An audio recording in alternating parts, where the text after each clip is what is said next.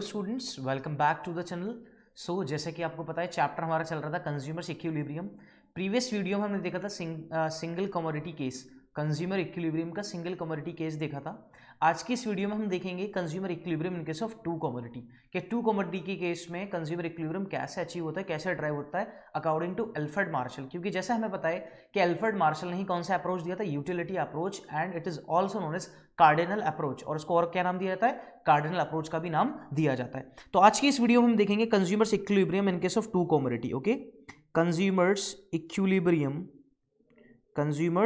Equilibrium in case of two commodity. किस case में देखेंगे? टू कमोडिटी के केस में। तो जब हम कोई भी चीज़ पढ़ते हैं, और इकोनॉमिक्स में तो ज़्यादातर हमें एजम्पशंस लेने पड़ते हैं, तो अकॉर्डिंग टू एल्फ्रेड मार्शल ने क्या कहा? एल्फ्रेड मार्शल ने पहली बात ये कही कि the ratio of marginal utility of commodity X and its price is equal to the ratio of marginal utility of commodity Y and its price। कि हमारे पास एक गुड्स जो होगा उसकी मार्जिनल यूटिलिटी और उसके प्राइस का रेशियो जो दूसरा गुड्स है उसकी मार्जिनल यूटिलिटी और उसके प्राइस के बराबर होना चाहिए, तभी कंज्यूमर इक्विलिब्रियम क्या होगा, अचीव होगा। इनको सिर्फ टू कमोडिटी। अब हमारे पास दो कमोडिटी हैं, एक कमोडिटी एक्स है और एक कमोडिटी कौन सी है, वाई। तो कमोडिटी एक्स, मैं कमोडिटी एक्स को और वाई को अलग अलग नाम से ड्राइव करता हूँ। एक कमोडिटी एक्स को हम यहाँ पे बोल देंगे, मान लेते हैं समोसा। आज मैं आपको दो कमोडिटी खिलाऊंगा स्टूडेंट्स, ठीक है। एक समोसा और दूसरा ब्रेड पकौड़ा, ठीक है। एक समोसा हो गया और दूसरा हो गया ब्रेड पकौड़ा। तो एक गुड्स एक्स है जिसका नाम क्या है, समोसा, और एक गुड्स वाई है जिसको हमने क्या नाम दिया, ब्रेड पकौड़ा, ठीक है।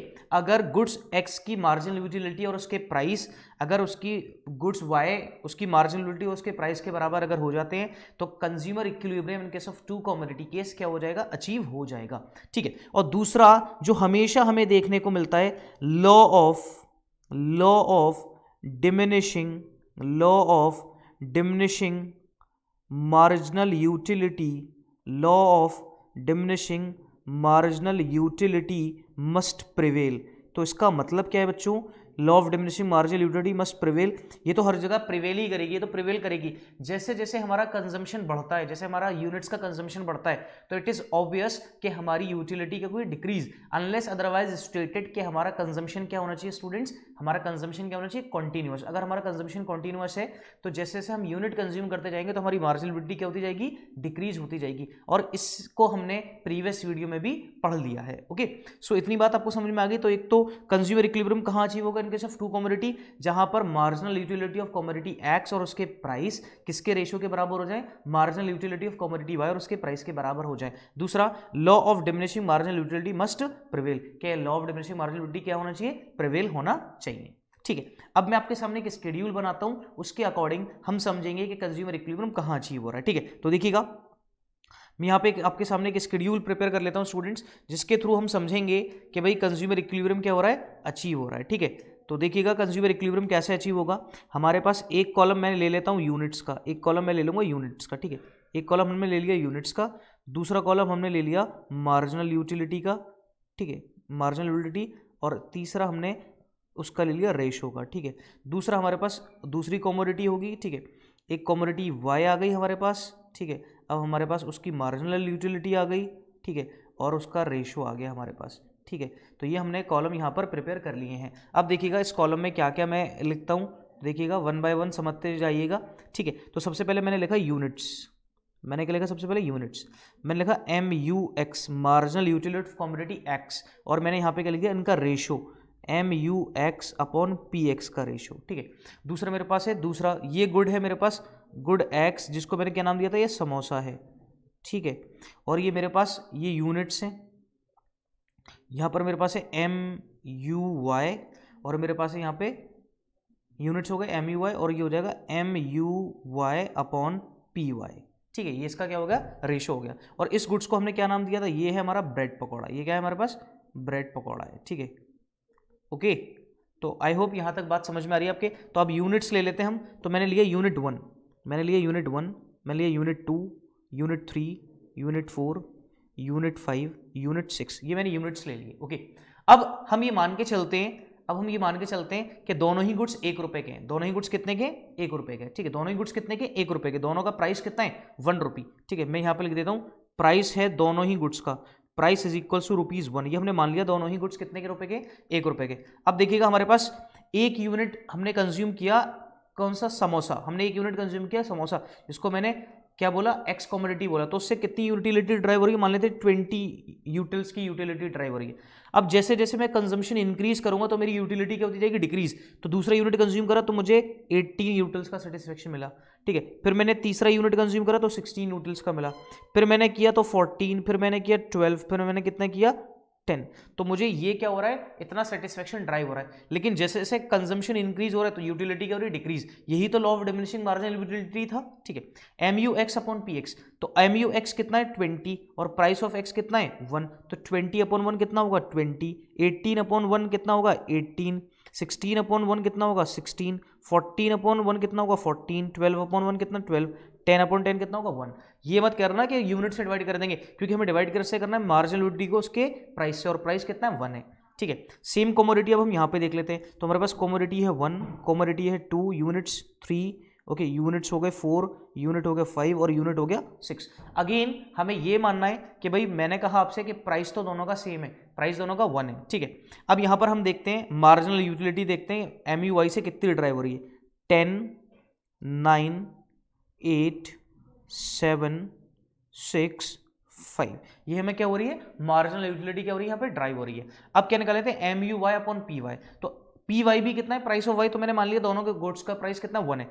तो 10 upon 1 10, 9 upon 1 9, 8 upon 1 8, 7 upon 1 7, 6 upon 1 6, 5 upon 1 5।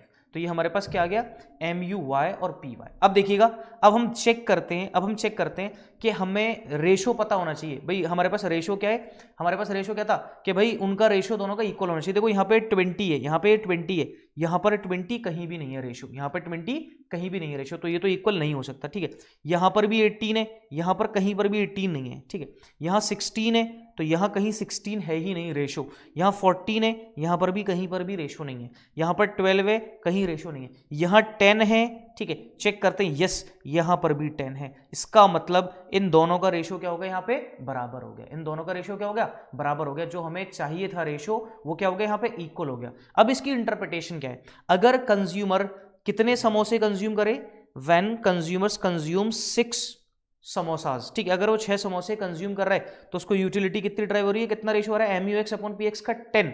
और वो सेम क्या, अगर एक यूनिट किसका कंज्यूम कर रहा है, ब्रेड पकौड़े का क्या कर रहा है, कंज्यूम कर रहा है, तो उसका रेशो कितना आ गया 10 आ गया। तो इसका मतलब 6 unit of goods X and 1 unit of goods Y, यहां पर consumer equilibrium in case of 2 commodity क्या हो गया, अचीव हो गया। तो एक बार हम देख लेते हैं। तो भाई देखते हैं हमारे पास क्या था, MUX upon price of X is equals to marginal utility of goods Y upon price of goods Y। तो marginal utility of goods X कितनी है, marginal utility of goods X 10, price of X कितना है 1, is equals to marginal utility कितनी है यहाँ पर 10 upon 1, तो ये क्या हो गया, इक्वल हो गया। ये क्या हो गया, रेशो इक्वल हो गया। तो यहां पर कंज्यूमर इक्विलिब्रियम क्या हो गया, अचीव हो गया। कहां अचीव हो रहा है, 6th यूनिट्स ऑफ समोसाज, ठीक है। समोसे के कितने unit, 6th unit, and 1 unit of bread pakora, ठीक है। एक यूनिट किसका, ब्रेड पकौड़ा का, उसने कंज्यूम कर लिया। तो इस केस में हम कह सकते हैं कि कंज्यूमर इक्विलिब्रियम क्या हो रहा है, अचीव हो रहा है इन केस ऑफ 2 कमोडिटी। क्लियर है, बात समझ में आ गई, ठीक है। तो देखो law of diminishing marginal utility भी क्या हो रहा है, प्रिवेल हो रहा है। यहां पर देखो यूनिट्स बढ़ रहे हैं तो हमारी यूटिलिटी क्या हो रही है, डिक्रीज हो रही है। इतना क्लियर है सभी बच्चों को, ठीक है। अब देखिएगा इसको थोड़ा सा एक्सप्लेन करके लिखते हैं, ठीक है। इतना सबको समझ में आ गया होगा स्केड्यूल, ओके। चलिए अब हम इसको एक्सप्लेन करते हैं। तो एक्सप्लेनेशन क्या होगा, it shows that additional utility derived from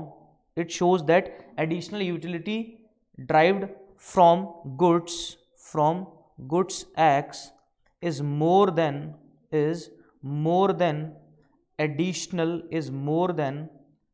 additional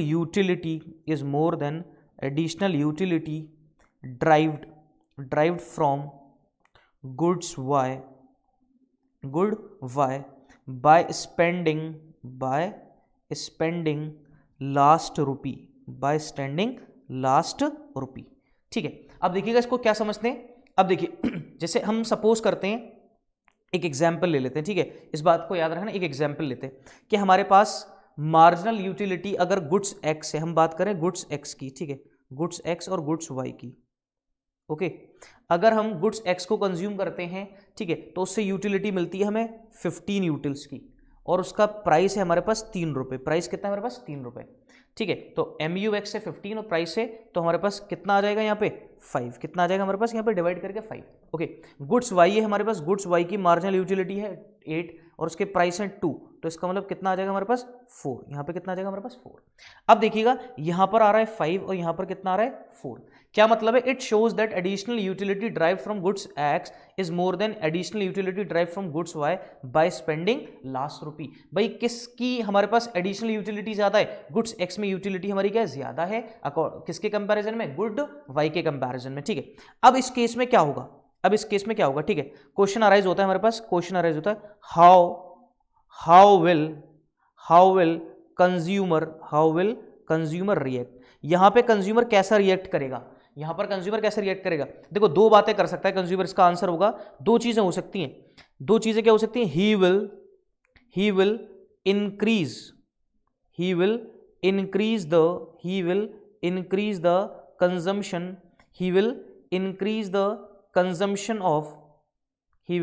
increase the consumption of goods X। वो किसका कंजम्पशन इंक्रीज कर देगा? गुड्स एक्स का कंजम्पशन क्या कर देगा? इंक्रीज कर देगा। और दूसरा क्या हो सकता है यहाँ पर? He will decrease the consumption of goods Y. तो गुड्स वाई का कंजम्पशन वो क्या कर देगा? डिक्रीज कर देगा। अब इसको एक बार समझ लेते हैं। ठीक है, इसको देखो कैसे समझते हैं, देखिएगा यहाँ पे। ओके, कंज्यूमर कैसे रिएक्ट करेगा, अब इसको समझ लेते हैं। तो देखिएगा, एग्जाम्पल है हमारे पास, एग्जाम्पल देख लेते हैं। एग्जाम्पल है MUX है हमारे पास, ओके, अब MUX देखते हैं हमारे पास, यहां पर ले लेते हैं MUX, हम ले लेते हैं 10। ओके, और प्राइस ऑफ एक्स ले लेते हैं हम कितना? 5। प्राइस ऑफ एक्स कितना ले लेते हैं हम? 5। ठीक है, दूसरा ले लेते हैं हम MUY ले लेते हैं हम 12, और MU प्राइस ऑफ वाई ले लेते हैं हम यहाँ पर 3। प्राइस ऑफ वाई कितना ले लेते हैं हम? 3 ले लेते हैं। ठीक है, अब देखिएगा उसके बाद यहाँ पर अगर हम चेक करें तो यहाँ पर हमारे पास निकल कर आएगा 10/5 की कितना आ गया? 2। ओके, यहाँ पे आएगा 12/3, तो कितना आएगा? 4। कितना आएगा यहाँ पे? 4। अब देखिएगा, ये दोनों इक्वल नहीं है, यहाँ पे 2 है, यहाँ पे क्या है? 4 है। अब देखिए कैसे कंज्यूमर इक्विलिब्रियम अचीव होगा, कैसे कंज्यूमर कैसे रिएक्ट करेगा? ही will increase the consumption of goods x. अगर वो गुड्स एक्स के कंजम्पशन इंक्रीज करेगा, गुड्स एक्स के कंजम्पशन को क्या करेगा? इंक्रीज। तो गुड्स एक्स के कंजम्पशन को इंक्रीज करेगा, गुड्स एक्स के कंजम्पशन को क्या करेगा? इंक्रीज। तो देखिएगा हमारे पास जनरली क्या होता है, जैसे हमने ये एक एग्जांपल लिया, यहाँ पर गुड्स एक्स के कंजम्पशन को क्या करेगा? वो इंक्रीज। तो अब आपको पता है कंजम्पशन अगर इंक्रीज हो रहा है, कंजम्पशन क्या हो रहा है? इंक्रीज। कंजम्पशन क्या हो रहा है? अगर इंक्रीज हो रहा है, तो हमारी यूटिलिटी क्या होगी? डिक्रीज। हमारी यूटिलिटी क्या होती जाएगी? डिक्रीज होती जाएगी। तो हमने यहाँ पे एक एग्जांपल लिया था 15/3, तो ये कितना था? 5, और यहाँ पे 8/2 कितना था? यहाँ पे 4 था। ये हमने एक एग्जांपल लिया था। ठीक है, अब यहाँ पे देखिएगा, अगर मैं कंजम्पशन क्या कर रहा हूँ, यहाँ पे कह रहा है he will increase the consumption of goods x. तो जैसे ही गुड्स एक्स का कंजम्पशन बढ़ाएंगे, गुड्स एक्स का कंजम्पशन बढ़ाएंगे, तो हमारी यूटिलिटी क्या होगी? डिक्रीज होती चली जाएगी। यूटिलिटी क्या होती जाएगी? डिक्रीज होती चली जाएगी। ठीक है, यूटिलिटी क्या होगी? डिक्रीज। अब यूटिलिटी यहाँ पे डिक्रीज हो रही है, मैंने जैसे ही कंजम्पशन बढ़ाया, तो मान लीजिए यहाँ पे मुझे कितना यूटिल्स का सेटिस्फेक्शन मिला? 16। तो 16/3, तो ये ठीक है, ओके सॉरी 14/3। ओके, फिर आ जाएगा यहाँ पे 14 के बाद 13/3, डिक्रीज हो गया। फिर आ जाएगा 12/3। तो जैसे ही 12/3 करा, तो ये हमारे पास कितना आ जाएगा? 4, और दोनों ही क्या हो जाएंगे? एक दूसरे के इक्वल हो जाएंगे। तो कंज्यूमर को हमें यहाँ पे क्या करना है? गुड्स एक्स का कंजम्पशन क्या करना है? इंक्रीज करना है। इस केस में गुड्स एक्स का कंजम्पशन क्या होगा? इंक्रीज। तो हम क्या आ जाएंगे? 4 पे आ जाएंगे, और 4 ये इसके क्या हो जाएगा? इक्वल हो जाएगा। एक कंडीशन तो ये। दूसरी condition, he will decrease the consumption of goods Y, और गुड्स वाई का कंजम्पशन है वो क्या करते हैं? डिक्रीज। जब गुड्स वाई का कंजम्पशन क्या करोगे आप? डिक्रीज, तो आपकी यूटिलिटी क्या होती जाएगी? बढ़ती जाएगी। ठीक है, तो ये क्या कर सकता है? 9/2 हो जाएगा। ठीक है, ये कितना कर देगा? 10, तो 10/2। तो 10/2 का मतलब है, तो यहाँ पे कितना आ गया? 5, और यहाँ पे भी हमारे पास कितना था? 5 था। तो दोनों ही क्या हो गए? इक्वल हो गए। ठीक है, दोनों ही क्या हो गए इक्वल। तो कंज्यूमर क्या रिएक्ट कर सकता है, he will increase the consumption of goods X and he will decrease the consumption of goods Y, और इसका वाइसी वर्सा केस भी हो सकता है। ठीक है, तो इतनी बात आप सभी बच्चों को समझ में आ गई, इतनी बात क्लियर है या नहीं? ठीक है, यहां तक बच्चों आपको मैंने समझाया कि consumer equilibrium in case of two commodity. तो consumer equilibrium in case of two commodity मैंने बताया था अकॉर्डिंग टू अल्फ्रेड मार्शल। सबसे पहले क्या है, the ratio of marginal utility of commodity X and its price is equal to the marginal utility of commodity Y and its price. तो हमारे पास एक गुड्स एक्स है और एक गुड्स वाई है। गुड्स एक्स को हमने बोला था समोसा, गुड्स वाई को बोला था हमने ब्रेड पकौड़ा। फिर हमने दोनों के यूनिट्स और मार्जिनल यूटिलिटी और उनके रेशियो को लिया। ठीक है, अब हमने कंपेयर किया कि अगर consumer 6 units of goods x consume करेगा और 1 यूनिट ऑफ गुड्स वाई, तो वो क्या हो जाएगा, कंज्यूमर इक्विलिब्रियम पोजीशन पर आ जाएगा। ठीक है, अब हमने यहां पे देखा था कि ऐसा क्यों होता है, तो मैंने कहा था आपसे कि लॉ ऑफ डिमिनिशिंग मार्जिनलिटी प्रिवेल करना चाहिए। ठीक है, अब हमने कहा कि कंज्यूमर कैसा रिएक्ट कर सकता है भाई अगर उसको इक्विलिब्रियम अचीव नहीं हो रहा। ठीक है, तो अगर यहां पर इन दोनों को अगर इक्वल करना है, 5 है और यहां पे 4 है, तो अगर यहां पे 5 को 4 के बराबर करना है तो हमें क्या करना पड़ेगा कि गुड्स एक्स का कंजम्पशन को इंक्रीज करना पड़ेगा। जैसी कंजम्पशन इंक्रीज होगा मार्जिनल यूटिलिटी क्या होगी, डिक्रीज। जैसी मार्जिनल यूटिलिटी डिक्रीज होगी, जैसी मार्जिनल यूटिलिटी 12 पे पहुंचेगी और 12 को प्राइस से डिवाइड कर देंगे तो हमारे पास कितना आ जाएगा 4। तो ये 4 किसके बराबर हो जाएगा, 4 के बराबर हो जाएगा। तो इसका मतलब इस केस में हमें गुड्स एक्स का कंजम्पशन क्या करना पड़ेगा, इंक्रीज करना पड़ेगा। ठीक है, अगर हम यही लेकर चलते हैं तो हमें अगर इसे 5 ही रखना है तो यहां पर भी 5 लेकर आना है, तो क्या करना पड़ेगा कि हमें गुड्स वाई के कंजम्पशन को क्या करना है, डिक्रीज करना है। तो गुड्स वाई का कंजम्पशन जैसे डिक्रीज होगा तो मार्जिनल यूटिलिटी वहां पे क्या होगी, इंक्रीज। तो जब यहां पर 10 हो जाएगा न्यूमरेटर में, मार्जिनल यूटिलिटी 10 को 2 से डिवाइड करेंगे तो हमारे पास कितना आ जाएगा 5। तो ये हमारे पास लॉ क्या हो जाएगा, अचीव हो जाएगा in case of two commodity. तो ये था हमारे पास बेटा consumer equilibrium in case of two commodity according to Alfred Marshall और यूटिलिटी अप्रोच और कार्डिनल अप्रोच। ठीक है, आई होप आप लोगों को बहुत अच्छे समझ में आया। अगर फिर भी कोई डाउट है तो कमेंट सेक्शन में आप कमेंट करके हमसे पूछ सकते हैं। ठीक है, और अगर आपको हमारे एडिशनल नोट्स चाहिए स्टूडेंट्स, तो you can also download our mobile app from the Play Store. Yasar Ali classes का आप मोबाइल ऐप प्ले स्टोर से डाउनलोड कर सकते हैं। Okay students, thank you very much.